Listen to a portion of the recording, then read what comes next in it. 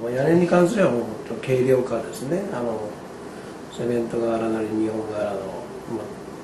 昔は土吹きが結構多かって土をのしてその上に瓦吹いてるんですけど、大体ですね、そうですね、で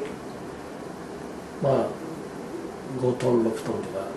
大きな屋根になって乗ってますので、屋根が全体がでそれを3分の1とか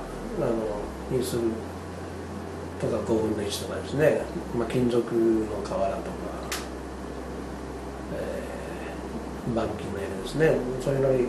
軽量化していくという方法があります。それで、